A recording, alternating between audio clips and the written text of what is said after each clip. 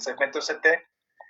¿Y por qué les muestro ahora? Porque ustedes tienen que recordar que no toda elevación del segmento ST es significado o traduce cardiopatía isquémica.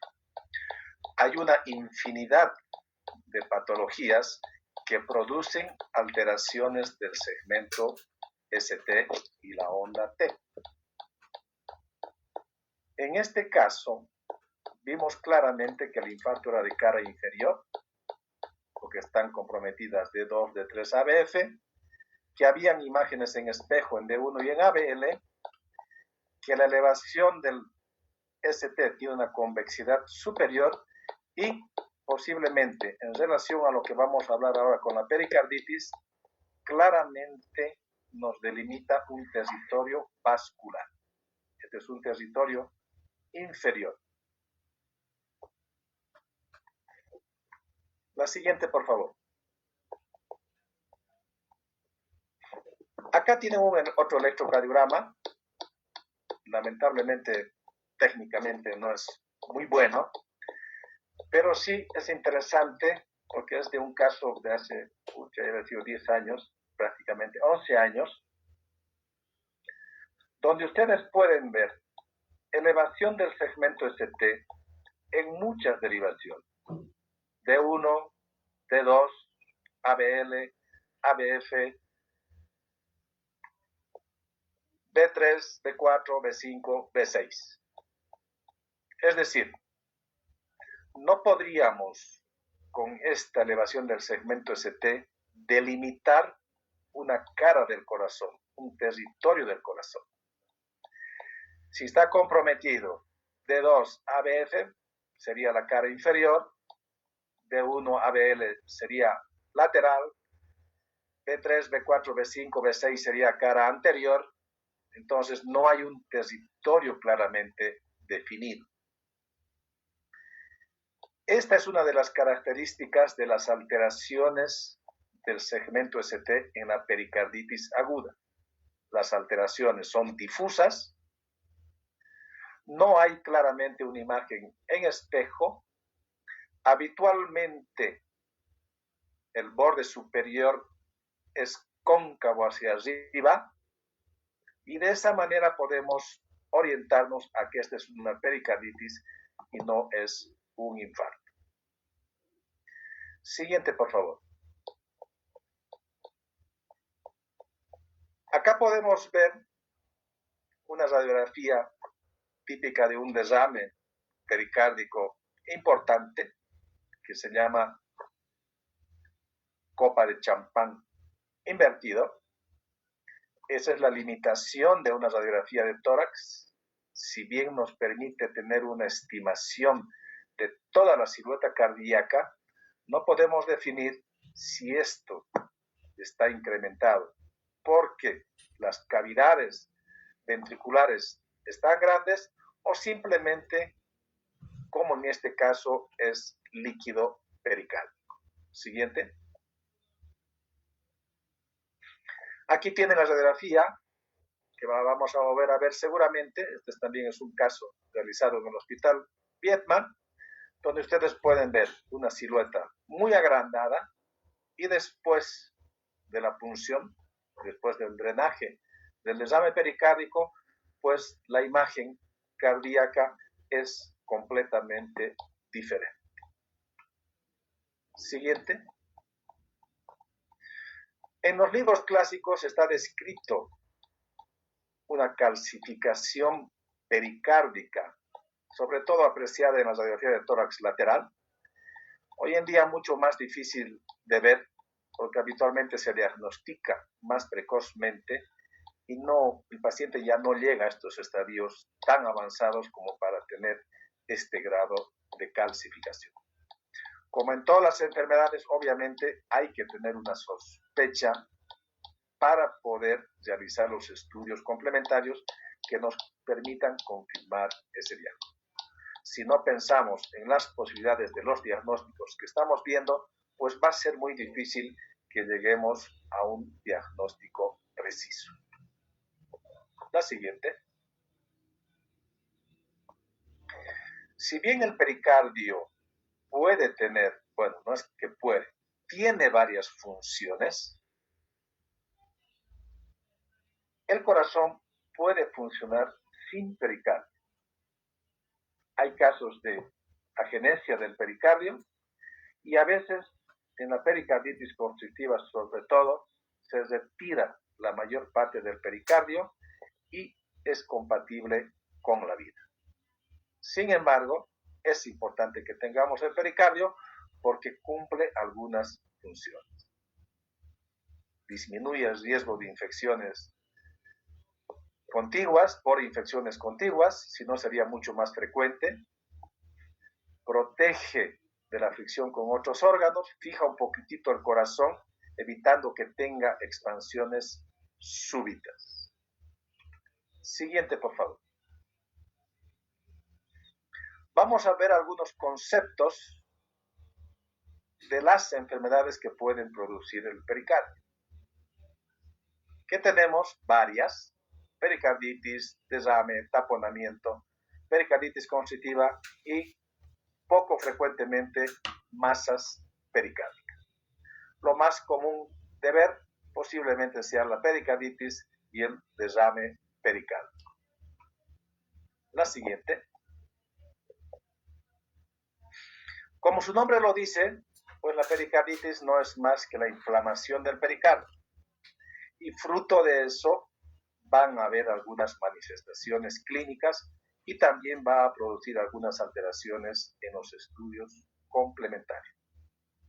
El paciente principalmente va a tener dolor torácico, va a presentar frote pericárdico, va a tener fiebre y algunos cambios electrocardiográficos que ya vimos un ejemplo y vamos a ver cómo evolucionan estos cambios electrocardiográficos que son diferentes a la evolución de un infarto agudo de miocardio.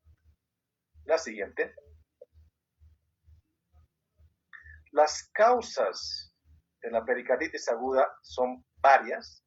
En general, desde el punto de vista práctico, se lo divide en dos grandes grupos. ¿Es infecciosa o no infecciosa? Y una vez más, como vimos en la endocarditis, son varios gérmenes que pueden producir inflamación del pericardio. Pueden ser virus, bacterias, hongos, parásitos, cualquiera de ellos eventualmente puede inflamar el pericardio. Y dentro de las no infecciosas, cualquier enfermedad autoinmune, como el lupus, tumores, alteraciones metabólicas, como el hipotiroidismo, que lleven a un mixedema, los pacientes renales que están en uremia, puede ser secundario a un trauma, algunos fármacos pueden producir pericarditis y en algunas enfermedades mucho más graves como la disección aórtica y la amiloidosis. La siguiente. Ya vimos en el ejemplo, nada más gráfico que tener la imagen, así uno retiene un poquitito más. Esta es la evolución clásica de un electrocardiograma con pericarditis aguda, pero no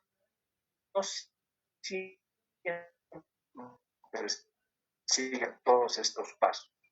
Hay que recordar estos pasos, pero siempre estar alertas de que no van a tener siempre las alteraciones típicas. Lo primero que ocurre es, como vimos en el ejemplo del electrocardiograma, la elevación del segmento ST con las características que ya hemos descrito. Una alteración que se describe, que se presenta frecuentemente en la pericarditis y que muchas veces no le tomamos mucha atención, es la depresión del PR. Dicen que se presenta hasta en el 60% de las pericarditis. Esas son las alteraciones más frecuentes en la pericarditis y conforme va evolucionando, también tiene alteraciones, sobre todo de la onda T, que se va aplanando, posteriormente se invierte y finalmente llega a normalizarse. Obviamente, como acá no hay una necrosis miocárdica, no vamos a tener ondas Q patológicas. Solamente son alteraciones del segmento ST y de la onda T. La siguiente. En una radiografía de tórax, otro estudio básico que realizamos, podemos tener algunos datos de alguna enfermedad que produzca una pericarditis y a veces como manifestación solamente tenemos un poquito de derrame pleural izquierdo. No nos permite hacer un diagnóstico de la radiografía, obviamente, de pericarditis, pero sí es indispensable hacerlo. La siguiente.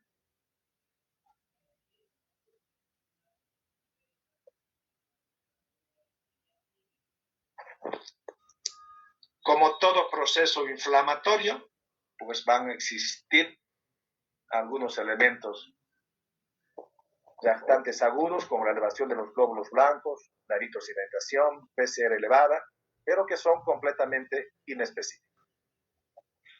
En la ecocardiografía podemos ver un poquito de derrame pericárdico. Se dice que se presenta en más del 50%, así que hay que ver con una ecocardiografía para descartar que no tenga derrame pericárdico en gran cantidad. No es indispensable que tenga el derrame, pero frecuentemente tienen un poquito de derrame pericárdico. La siguiente.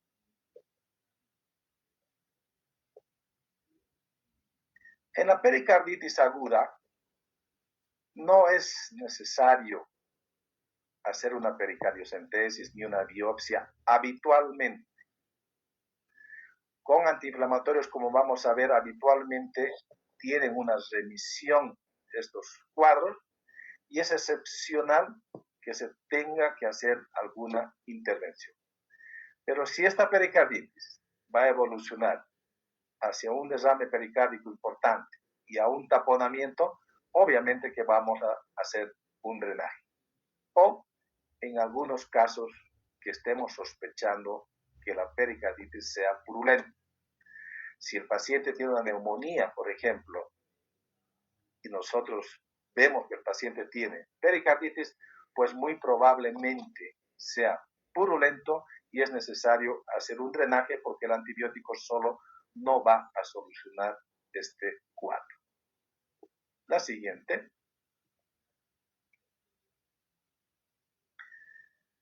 ¿En qué consiste el tratamiento? Cuando el paciente está con fiebre los primeros días, tiene que estar en reposo. A veces se aconseja internación 1 o 2 días. Y básicamente el tratamiento está dirigido a disminuir la inflamación. Inicialmente con antiinflamatorios no esteroideos, un medicamento que ha demostrado los últimos años mejorar la respuesta al tratamiento del antiinflamatorio solo y además prevenir recurrencias es la colchicina.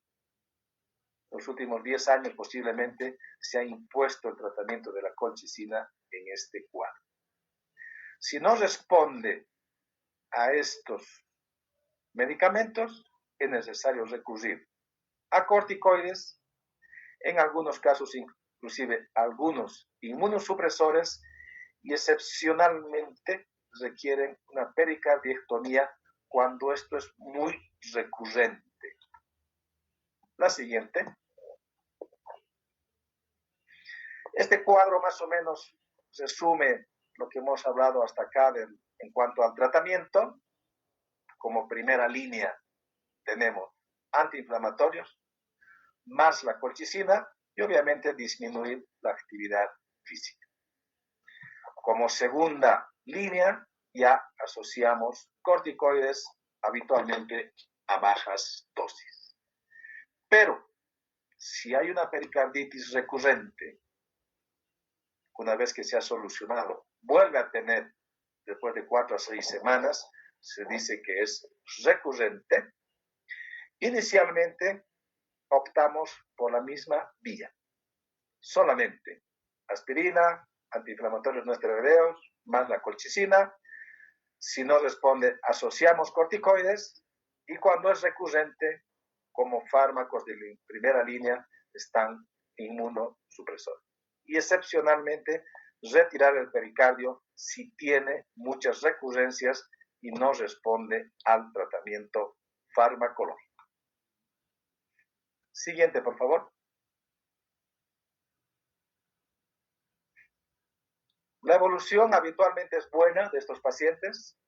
Con el medicamento pasa en 2 a 3 semanas, pero dependiendo de la etiología puede tener recurrencias hasta en un 30% de los pacientes que tienen pericarditis. Siguiente. Otra entidad relacionada al pericardio es el derrame pericárdico. Si es como en la pericarditis aguda, un pequeño derrame, pues habitualmente no ocasiona absolutamente ninguna molestia. Pero ya cuando el derrame es cada vez mayor, puede dar muchas manifestaciones clínicas, pero tampoco ninguna es específica. El paciente puede tener una sensación de peso en el pecho, puede faltar el aire, a veces hay alteraciones en el tono de la voz. Si es importante, disminuye la intensidad de los ruidos cardíacos, por ejemplo. Siguiente. La etiología del derrame pericárdico también es muy variada. En la mitad de los derrames, por lo menos, no se identifica la causa. Se cree que participan virus, etcétera, pero no hay una causa claramente identificada. Cada vez más hay cáncer, entonces también esta es una etiología importante del derrame pericárdico. Infecciones, enfermedades del tejido conectivo. En países como el nuestro hay que considerar siempre la tuberculosis. La siguiente.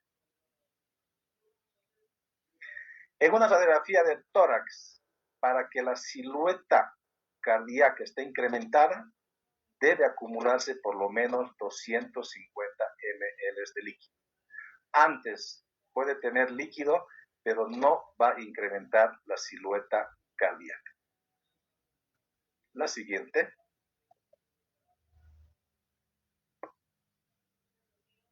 En el electrocardiograma que vamos a tener, disminución de la amplitud de los complejos QRS.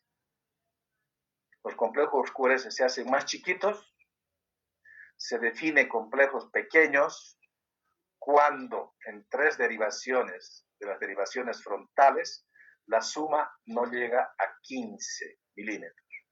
Es decir, los complejos son menos de 5 milímetros. Ese es el criterio para decir que son QRS pequeños. Pero no todas las personas que tengan un derrame pericárdico van a tener esta alteración. Puede ser completamente normal.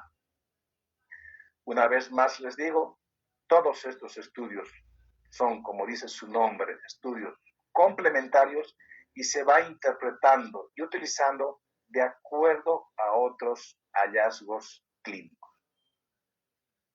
La siguiente.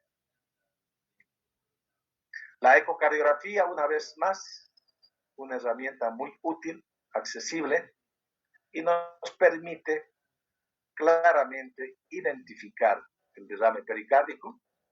Aquí sí no tenemos absolutamente ninguna duda de que esa silueta agrandada que veíamos en la radiografía es porque está el líquido por fuera del ventrículo y no por un incremento de las cavidades cardíacas. Además de cuantificar, nos permite también ver funcionalmente si tiene repercusión o no este derrame. Cuando tiene repercusión hemodinámica, y es importante, ya hablamos de un taponamiento cardíaco. Y hoy en día, la ecocardiografía además nos permite guiar procedimientos como la punción pericárdica. La siguiente. Ya comentábamos un poquitito esto.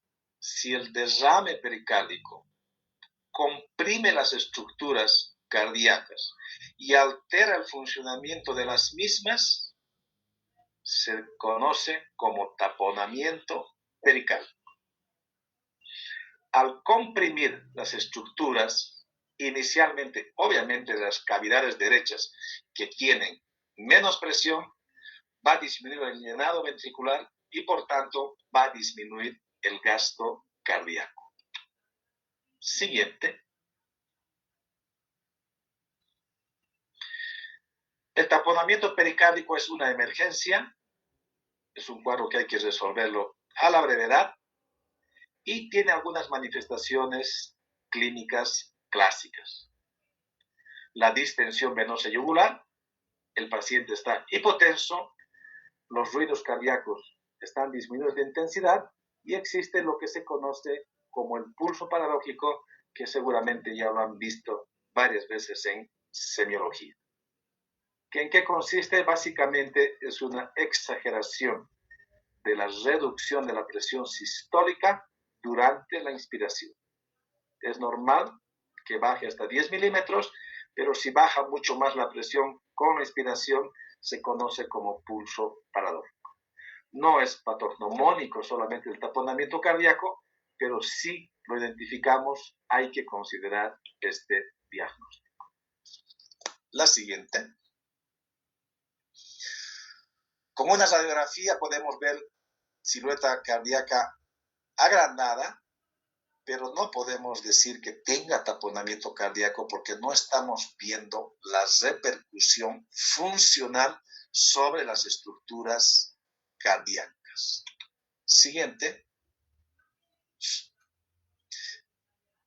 Y en el electrocardiograma lo que está clásicamente descrito es, además de que puede producir una reducción en la amplitud de los complejos QRS, está descrito lo que se conoce como alternancia eléctrica, que básicamente ¿en qué consiste?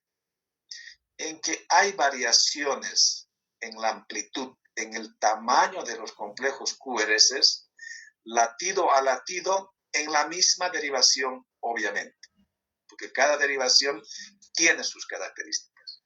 Si en la misma derivación vemos complejos de diferente tamaño, que por lo menos sean 1 milímetro de diferencia entre uno y otro, se conoce como alternancia eléctrica. La siguiente. Ustedes ven acá una imagen de una ecocardiografía donde las flechas están mostrando que las cavidades derechas prácticamente están colapsadas por el líquido pericárdico. Como las cavidades derechas tienen menos presión, es mucho más fácil, obviamente, que se colapsen con la presencia del líquido, lo cual dificulta, obviamente, el llenado ventricular y el paciente puede fallecer. Siguiente. A diferencia de lo que hablamos en la pericarditis aguda, que excepcionalmente tenemos que drenar el líquido, en el taponamiento pericárdico, el tratamiento es drenar el líquido. No hay medicamentos diuréticos, ninguna otra medicación que vaya a eliminar el líquido acumulado. Entonces debemos retirar, ya sea en forma percutánea o a veces en forma quirúrgica. Más frecuentemente se hace en forma percutánea. Siguiente. Este es un ejemplo de un caso que hicimos también en el Hospital Viedma hace muchos años, donde prácticamente por vía subsifoidea, con anestesia local, hacemos la punción pericárdica y drenamos el líquido. La siguiente. Que recuerde, este paciente tenía como más de 2 litros acumulado en el pericardio, se retiró la mayor parte del líquido, casi la totalidad, mandamos a analizar el líquido y en este caso fue una tuberculosis. La siguiente. Esta imagen ya la vimos, una radiografía antes de la punción y el control después de la punción con una silueta cardíaca completamente diferente. La siguiente. Otra entidad que antes se decía, bueno, no es que se decía, se presentaba más frecuentemente porque no se hacía el diagnóstico como ahora, con la ecocardiografía y otros estudios que tenemos a disposición, es la pericarditis constrictiva. ¿En qué consiste la pericarditis constrictiva? Básicamente que todo el pericardio se convierte como una coraza que ya no se distiende, ya no se mueve. Todo el pericardio está engrosado, rígido, calcificado. Entonces, esto limita la función cardíaca. El corazón tiene que distenderse para recibir sangre. Si tiene esta limitación por el pericardio, pues va a reducir su llenado. A diferencia del taponamiento que vimos que prácticamente el lado derecho es el comprometido, en la pericarditis constrictiva se pueden comprometer las 4 cavidades. Vamos a tener, obviamente, una elevación de la presión de la fin de la diástole y su mayor consecuencia es la disminución del gasto cardíaco. La siguiente. Pueden ser varias la causa de la pericarditis constrictiva que básicamente comparten con lo que es el derrame pericárdico, la pericarditis. En lugares de alta prevalencia de tuberculosis, la tuberculosis es la causa más frecuente. Pericarditis virales recurrentes a repetición pueden producir pericarditis constrictiva, algunos tumores y hoy en día que se hace irradiación para el tratamiento sobre todo de tumores a nivel del tórax, pueden provocar una pericarditis constrictiva. La siguiente. ¿Cuáles son sus manifestaciones clínicas? Básicamente, las más importantes son datos de insuficiencia cardíaca del lado derecho.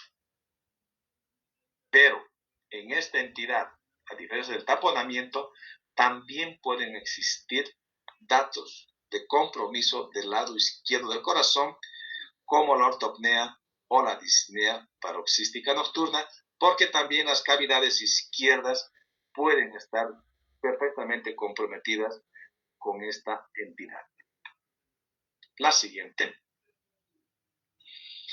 En el laboratorio nada específico, una vez más, datos de disfunción de algunos órganos comprometidos por la congestión, como en este caso el hígado, pero que no nos hacen el diagnóstico especial, sino nos traducen que hay congestión y hay una disfunción, en este caso hepática.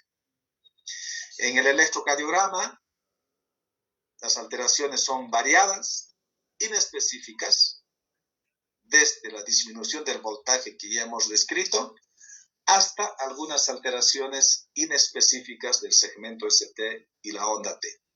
Habitualmente un poco de infradesnivel del segmento ST y sobre todo T's negativas en forma difusa. Pero no hay nada específico. La pericarditis constrictiva es una de las causas también de fibrilación auricular, que a veces esto empeora el cuadro y en ese momento recién hacemos el diagnóstico. La siguiente.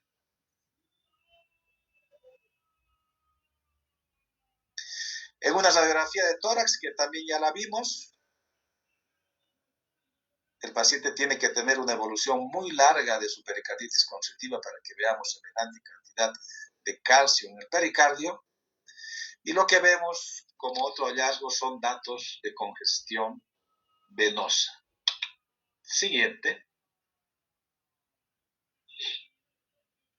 La que nos ayuda también en forma no invasiva a hacer el diagnóstico de pericarditis constrictiva es la ecocardiografía, que no solamente nos permite medir con precisión el engrosamiento del pericardio, sino además nos muestra algunos datos de la alteración que produce a nivel hemodinámico.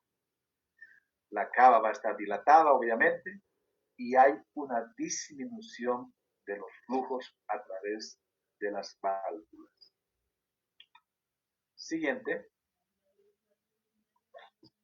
Si bien la ecocardiografía nos permite ver el engrosamiento del pericardio, hay otros métodos de diagnóstico hoy en día que tienen mayor sensibilidad de detectar alteraciones menores en el pericardio. Las calcificaciones y el engrosamiento del pericardio se detectan mucho más fácilmente, mucho más precozmente con una tomografía. La siguiente. Y finalmente, lo que hacemos es un estudio hemodinámico para registrar las presiones en las diferentes cavidades del corazón, y el hallazgo típico de pericarditis constrictiva es que las presiones diastólicas prácticamente se igualan a nivel de todas las cavidades. Por esta restricción en el llenado, sus presiones van a ser las mismas. Antes hacíamos muchísimo este tipo de procedimientos. Hoy en día la ecocardiografía ya nos permite ver con bastante claridad la repercusión hemodinámica y habitualmente ya no es indispensable hacer un cateterismo cardíaco. La siguiente. En cuanto al tratamiento, pues hay muy poco que hacer desde el punto de vista médico. Ustedes entenderán, es toda una coraza el pericardio, entonces, ¿cómo puedo yo mejorar eso con algunos medicamentos? Si hay mucha congestión, hay que utilizar diuréticos que puede ayudar un poquitito a aliviar la congestión, pero de ninguna manera va a solucionar el problema, y la única forma de que el paciente mejore es retirar la mayor parte del pericardio. Todo lo que sea posible en la cirugía se retira y es la única forma de que mejore este cuadro.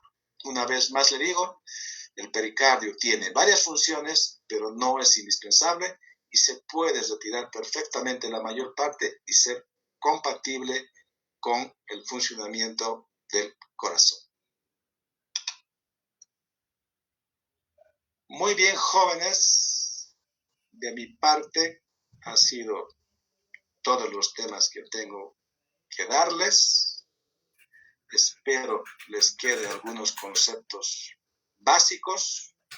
En todo caso, lo que más les preocupa a ustedes seguramente es el examen.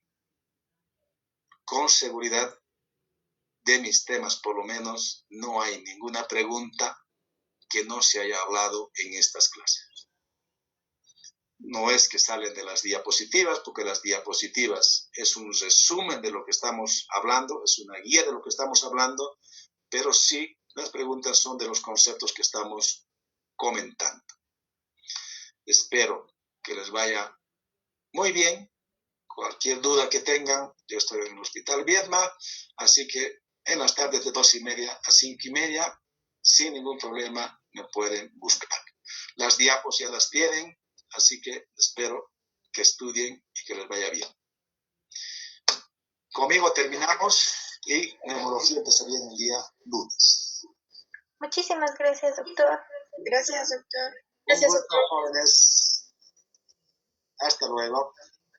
Hasta luego, doctor, que le vaya bien.